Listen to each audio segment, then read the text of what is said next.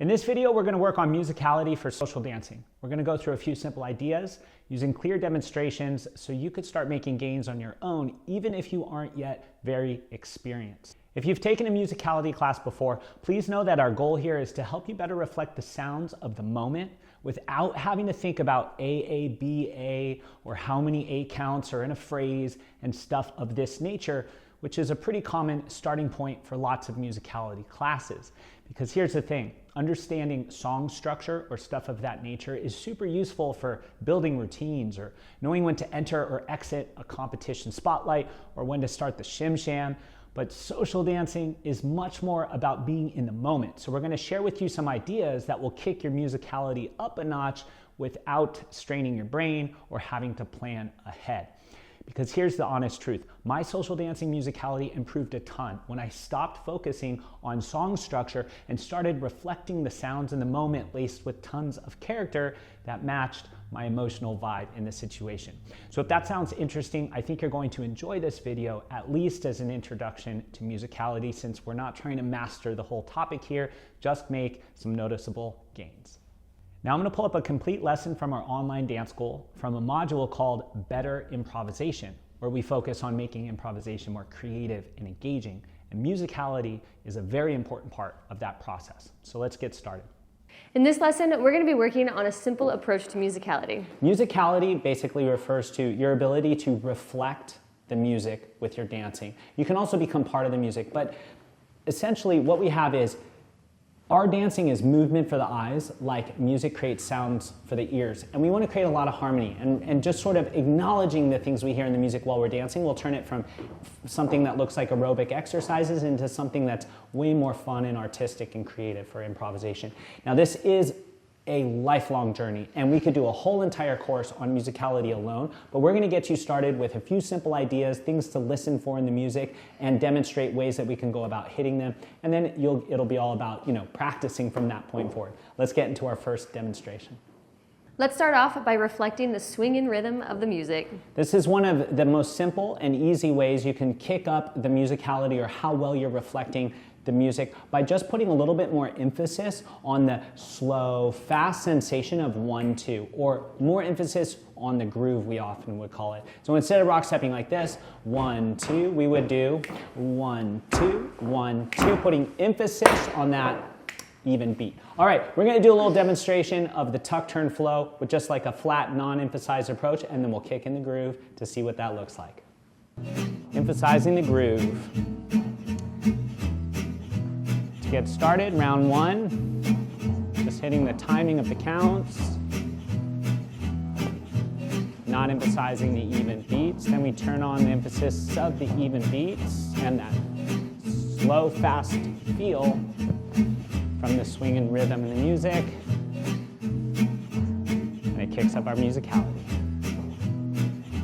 This is one of those simple layers of musicality that can really amplify the effect of a lot of ideas we're going to talk about moving forward. For example, you can hit a break, but if it's surrounded by a bunch of movement that doesn't really groove, it won't have as strong of an effect.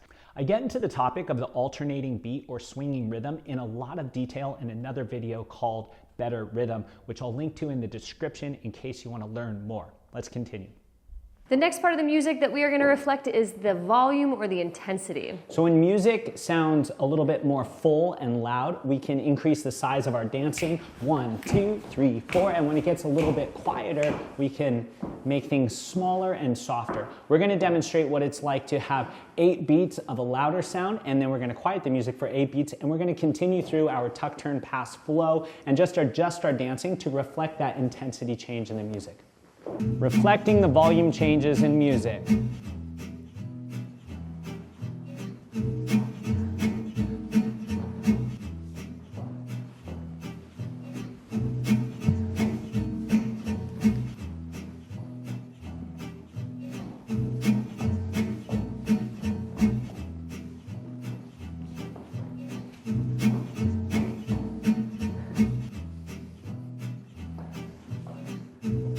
This is a great example of what we call a variable element in dancing.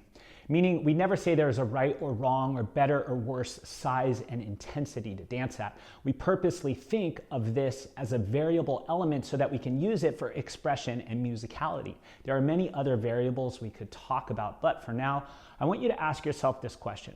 When you practice a move, for example, are you practicing the move in one way, trying to get it to work and then moving on? Or are you getting it to work and then practicing it in a variety of ways so that you can use the move to express how you're feeling when you're dancing? It's just something to think about next time you practice. And if you're enjoying this video, please smash that like button and remember to share it with your friends as well. Let's get back to it.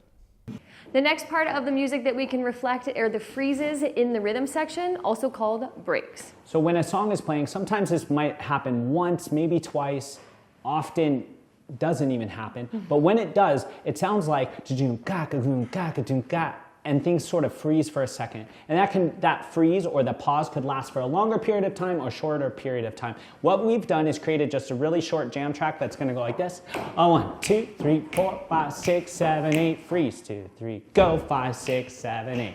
And we're going to apply a freeze to our tuck turn flow. Now there's many ways we can decorate a freeze. You can freeze and continue on, freeze and go into something different. We're gonna just freeze and continue so you can sort of look or see what it looks like when we freeze and the rhythm section freezes. It kind of adds a nice effect or a reflection of that. Let's check it out. Reflecting the freezes in music.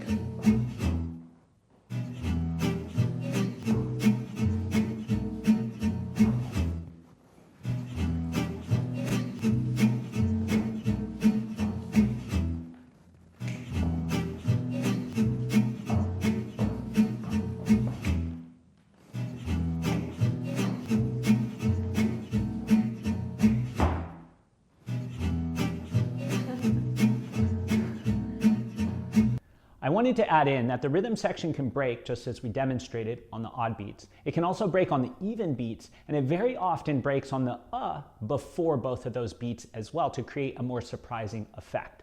So when practicing this concept, practice freezing on both odd beats and even beats as well as the syncopated before them in order to prepare yourself to hit any break in any song. Additionally, the break is something that you want to be able to hit regardless of where you are in your dance step. So instead of trying to plan a break that's coming and try to be at a certain part in a move, it's way more useful to learn how to break in each position that the move would progress through. It might seem like a lot to practice, but once you could do this well in a few basic moves, this skill will transfer over to all the other moves that you do or learn in the future pretty easily.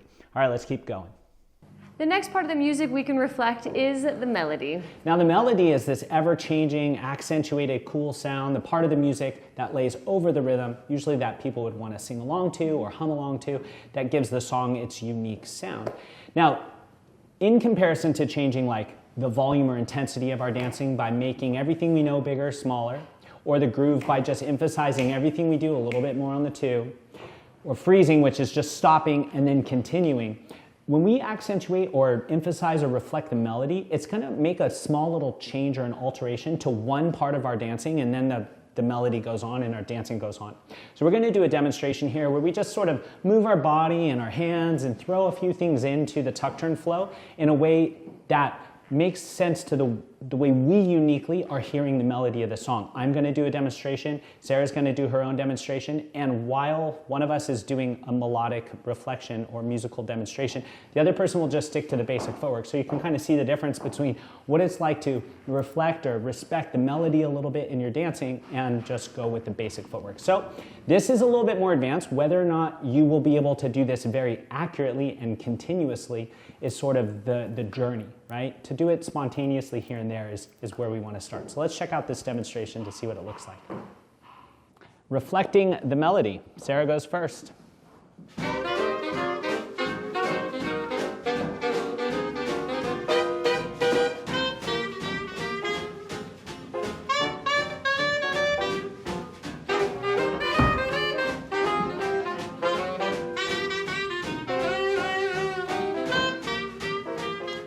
My turn.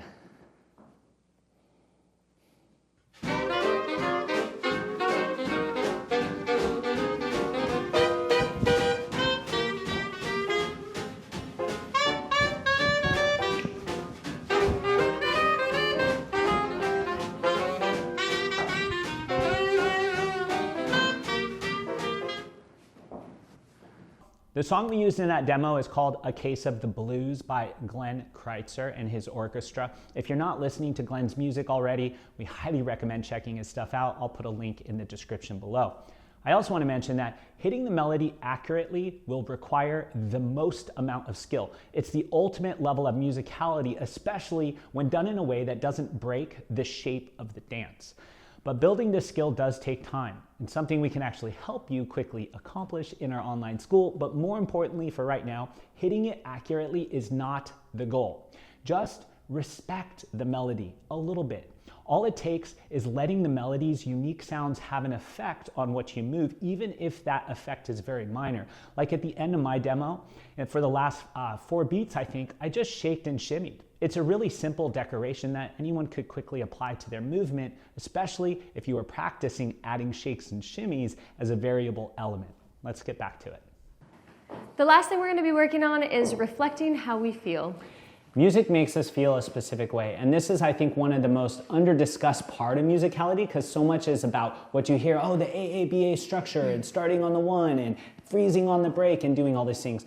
But a lot of that wraps up into the way the music makes you feel when you hear it. And it not only does it make you feel like accentuating certain things, putting more emphasis on the 2, dancing smaller, but a lot of music carries character into it. And when we start to embody the character of the music and let it speak to us in a very unique way, like this song makes me feel kind of goofy. And then we can carry that goofy character into our dancing, and it just puts a layer throughout everything. So we could do a freeze in a goofy character. We can really let the song come through our movement. And we're going to do a demonstration with some pretty extreme examples. I'm going to set a character for myself. Sarah will have one for herself. And we're going to see how those 2 characters can actually still interact and dance with each other, even though they're not matching each other. It's 2 very different feels, which gives us all space to say, like, hey, this song makes me feel sad, but this song might make her feel happy. And that we all need to be able to enjoy music in a way that makes sense to us. All right, let's check out this demonstration.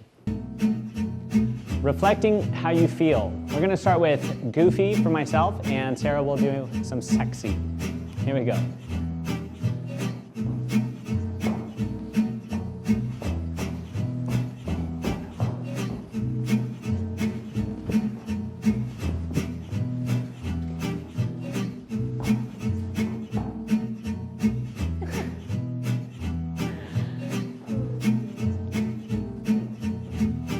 I'm going to be going for a classy feel, and Sarah's going to go for a rocker feel.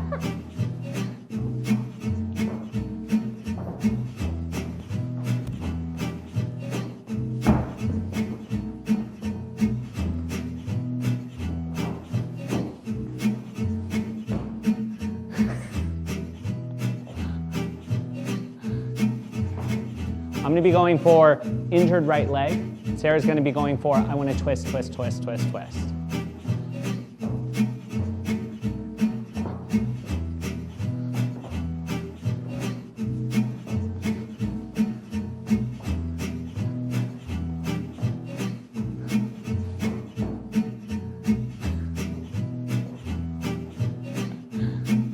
Reflecting how you feel. Such a simple but powerful concept.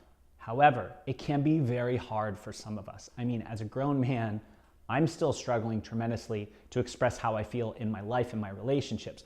But thankfully, I've learned how to do it while dancing, which can be very therapeutic and tons of fun. So I hope you are either there or you do get there eventually and work towards it. Also, I'm not sure what you're thinking after watching those demos, but if you're anything like I was 10 years ago, I would have had so many questions because those demos would have broken a lot of the boxes I had organizing what I thought great partner dancing was supposed to look like. So if that's you, then feel free to post your thoughts below. All right, let's get back to it.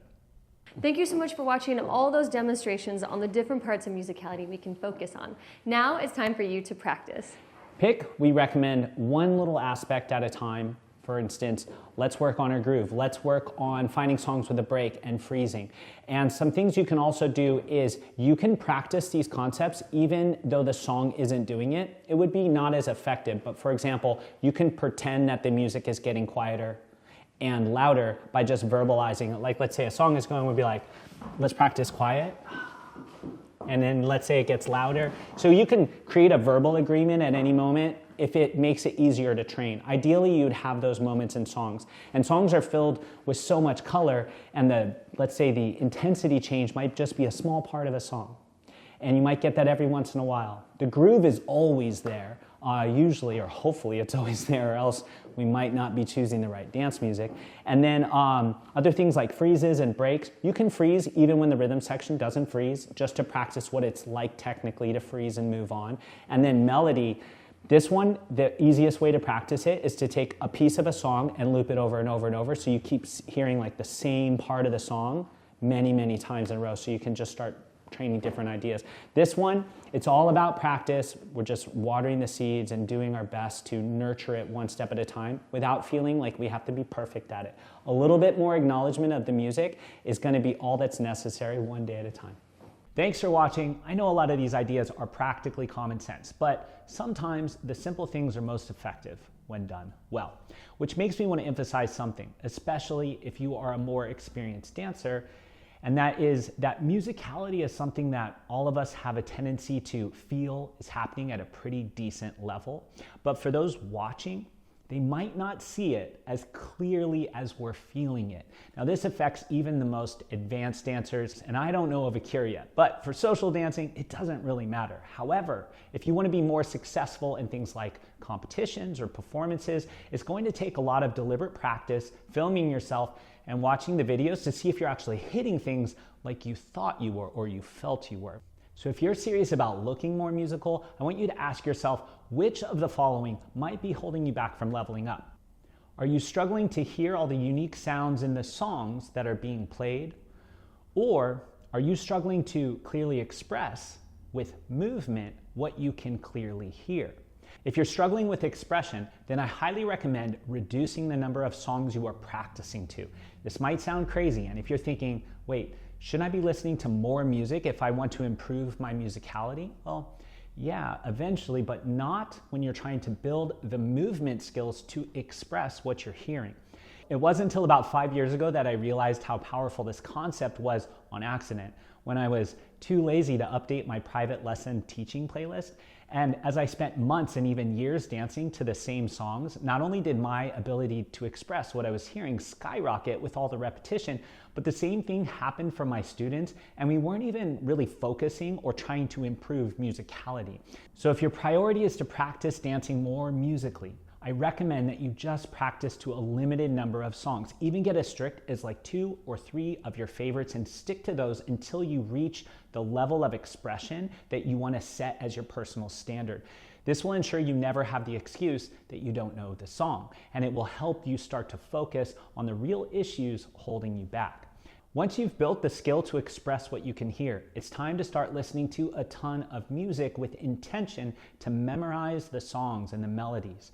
There's no magic formula or understanding a song's structure that can compete with actually memorizing and knowing the individual songs. This song structure knowledge will help you predict things, but the highest level of musicality does not come from prediction. It comes from clearly expressing the sounds of the moment. Which reminds me this great knowledge bomb that my buddy Juan Vichafanye dropped while teaching a class at our studio in LA when he came to visit. And it went something like this. You guys don't need to learn more steps. You need to learn more songs. And I remember thinking, damn, he's totally right, because it was an advanced class. So they had the skill to express it. They just didn't know the music well enough. All right, so as you can see, musicality is such a massive topic, and there are so many concepts that we didn't talk about as well. So I'd love to hear if there are any of your favorites that come to mind in the comments below. And if you have any questions, I'll do my best to get you a good reply. Thanks again, and be sure to check out the free trial for our online dance school when you're ready to take full advantage of our courses, coaching, and community. Until then, cheers and keep swinging.